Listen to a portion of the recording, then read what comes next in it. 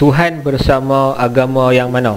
Okey, kalau tengok dekat dalam buku ni, muka surat 26, dia ada tulis bagaimana manusia mahu melawan dewa atau yang dikatakan Tuhan itu sendiri dalam bentuk perwujudan sebenar yang dikatakan atau ditafsirkan sebagai Tuhan itu diwakili oleh agama-agama yang pelbagai. Semuanya menafsirkan bahawa Tuhan bersama-sama dengan mereka. Bersama-sama dengan mereka bererti bersama-sama dengan wakil-wakil mereka, titah-titah mereka, sabda-sabda mereka, teks-teks suci mereka.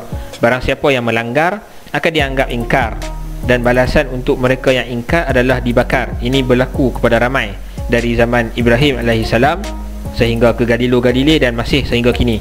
Okey, persoalan sekarang ni kan, persoalan sekarang ni adalah bolehkah kita kata Tuhan tu bersama-sama dengan kita, dan Tuhan sekarang ni sebenarnya bersama dengan agama yang mana? Bagi aku benda ni akan selesai dengan rekod sejarah. Dan kalau aku sendiri secara peribadi, macam mana aku boleh meyakini kata Al-Quran tu adalah teks daripada Allah Subhanahu Wa Taala, dan aku boleh yakin daripada hadis-hadis yang sahih daripada Nabi Muhammad SAW, adalah dengan cara kita tengok balik kepada sejarah, kita tengok pada rangkaian chain of narrators dan sebagainya. Dan pada masa yang sama ada beberapa hal yang kita boleh nilai dalam Quran tu. Misalnya ni benda yang aku terima daripada Ustaz Muhammad Ali Khan. Aku tengok dekat dalam Bayyinah TV. Kalau tak silap dalam channel Bayyinah TV dia ada satu slot tu, Fundamentals of Faith, kalau aku tak silap. Dalam slot tu dia ada cerita pasal macam mana kita nak confirm kata Al-Quran tu adalah kalam daripada Allah Subhanahu Wa Taala. Dia kata pasal kita punya internal reality, iaitu fitrah. Lepas tu kita tengok external reality hari ni setakat aku faham, dan macam mana Al-Quran berfungsi sebagai musaddiq, yang membenarkan ataupun yang reaffirms ataupun reconfirm dan sebagainya. Dan fungsi Al-Quran sebagai musaddiq tu, dia membenarkan fitrah kita bertepatan dengan fitrah dalaman, dan juga benda yang kita nampak realiti di luar. Jadi bila kita yakin kata Al-Quran ni mai daripada Allah Subhanahu Wa Taala, dan kita yakin dengan hadis Nabi, dan kita yakin dengan kenabian Nabi Muhammad SAW, kita terima hadis-hadis Nabi yang sahih dan sebagainya.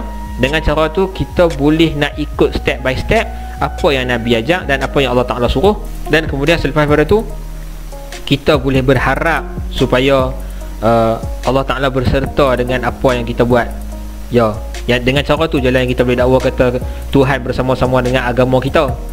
Kalau teks kita pun dah corrupted, teks kita campur dengan macam-macam jenis tulisan daripada manusia, tu serta-serta dewa-dewi dan sebagainya, benda-benda yang tak masuk akal, benda-benda yang macam mengarut, yang bukan main daripada agama, benda tu bukan main daripada Nabi ajak, dan bukan Allah Ta'ala yang suruh, ataupun main daripada kitab-kitab lama yang telah didustakan.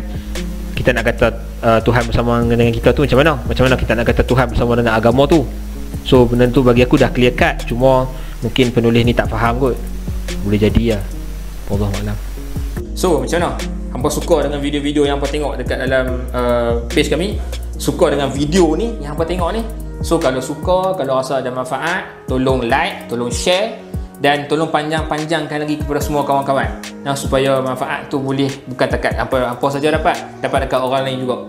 Dan jangan lupa kami Facebook Surgeon ada YouTube channel, tolong subscribe, boleh follow dekat Twitter, boleh follow juga dekat Instagram. Mudah-mudahan ada manfaat, dan hampa tumpang jugalah manfaat yang kami sampaikan tu, insya-Allah. Assalamualaikum warahmatullahi wabarakatuh. Jangan lupa Book Surgeon, analyze, scrutinize, criticize, insya-Allah.